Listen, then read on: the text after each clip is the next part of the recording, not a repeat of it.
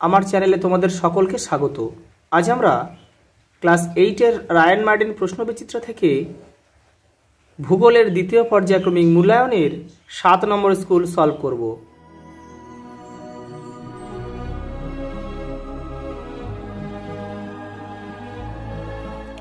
দেখে নাও, Krishnanagar government girls high school. প্রথমে মানচিত্র আছে, এটা তোমরা ম্যাপ পয়েন্টিংটা তোমরা নিজেরা করে নেবে। 2-এর দাগ থেকে দেখো। নিরক্ষীয় শূন্যস্থান পূরণ করো। নিরক্ষীয় অঞ্চলে সারা বছর সূর্যকিরণ পড়ে লম্বভাবে। সমুদ্রবায়ু প্রবাহিত হয় দিনের বেলা। সূর্য ওঠার 4 ঘন্টা পর থেকে সমুদ্রবায়ু বইতে শুরু করে এবং বিকাল থেকে সন্ধ্যের দিকে এই সমুদ্রবায়ুর গতিবেগ কিন্তু সর্বাধিক হয়ে থাকে। পরেরটা দেখো। লিবিয়া মরুভূমির উষ্ণ ও ধূলিপূর্ণ বায়ু ঘিবলি নামে পরিচিত। বজ্রমেঘের অপর নাম কিউমুলোনিম্বাস।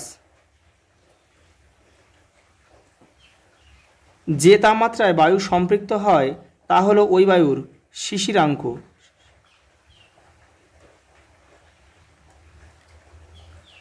জলকণা ও তুষারকণার আংশিক মিশ্রিত রূপ হলো স্লিট। পরেরটা দেখো। উত্তর আমেরিকা ও দক্ষিণ আমেরিকা মহাদেশের মাঝে অবস্থিত সংকীর্ণ ভূখণ্ড হল পানামা যোজক।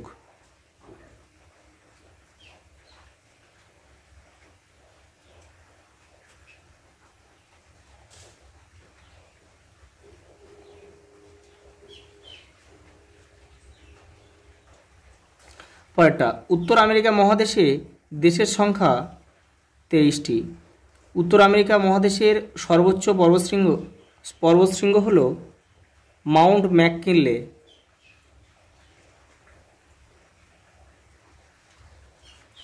গ্র্যান্ড ক্যানিয়ন কলোরাডো নদীতে দেখা যায়, কলোরাডো।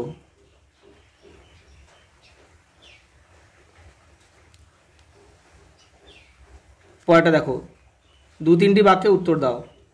নিরীক্ষীয় বায়ুচাপ বলয়ে কেন শান্ত বলয় বলা হয়? বলয়কে কেন শান্ত বলয় বলা হয়? তোমাদের টেক্সটের 31 নম্বর পেজে উত্তরটা রয়েছে। এই যে নিরীক্ষীয় শান্ত বলয়, এটা কিন্তু পুরোটা লিখতে হবে। পরেরটা দেখো। কোরিওলিস বল কাকে বলে? তোমাদের টেক্সটের 33 নম্বর পেজে রয়েছে। এই যে এখান থেকে এটা কোরিওলিস বল কাকে বলে। পরের প্রশ্ন। আয়ন বায়ুকে কেন বাণিজ্য বায়ু বলা হয়? তোমাদের টেক্সটের 35 নম্বর পেজে উত্তরটা রয়েছে।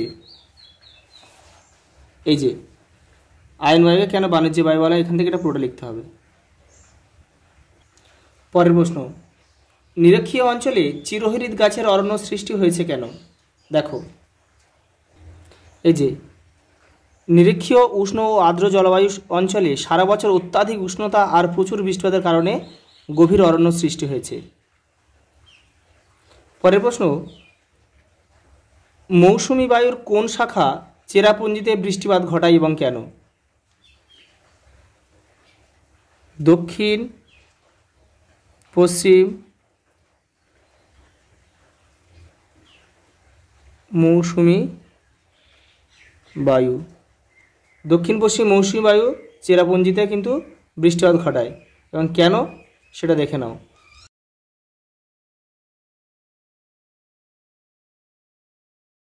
পরের প্রশ্ন।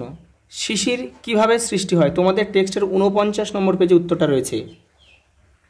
এই যে শীতের রাতে ভূপৃষ্ঠ দ্রুত তাপ বিকিরণ করলে ভূপৃষ্ঠ সংলগ্ন বায়ুস্তর শীতল হয়ে পড়ে। এখান থেকে এটা পুরোটা লিখতে হবে।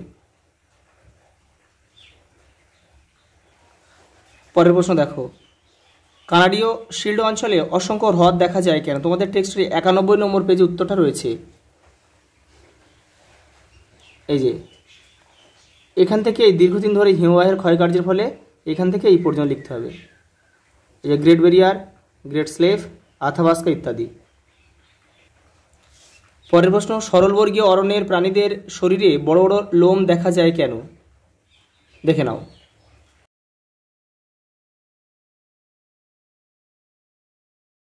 পরের প্রশ্ন। শৈলক্ষেপ বৃষ্টিপাতের ছবি আঁকো এবং সংক্ষেপে বর্ণনা করো। তোমাদের টেক্সটের 47 নম্বর পেজে উত্তরটা রয়েছে। এই যে শৈলক্ষেপ বৃষ্টিপাত, এখান থেকে এই পর্যন্ত লিখে এই ছবিটা তোমাদের আঁকতে হবে। পরের প্রশ্ন, পৃথিবীর বায়ুচাপ বলয়ের চিহ্নিত চিত্র অঙ্কন করো। তোমাদের টেক্সটের 36 নম্বর পেজে উত্তরটা রয়েছে। এই যে এটা আঁকতে হবে এবং বায়ু প্রবাহের দিকটাও দিতে হবে, সব কিছু কিন্তু লিখতে হবে সুন্দর করে। পরের প্রশ্ন দেখো, হ্রদ অঞ্চলের পার্শ্ববর্তী শহরগুলিতে পশুপালনের উন্নতির কারণ লেখো। তোমাদের টেক্সটের 90 নম্বর পেজে উত্তরটা রয়েছে। এই যে দেখে নাও,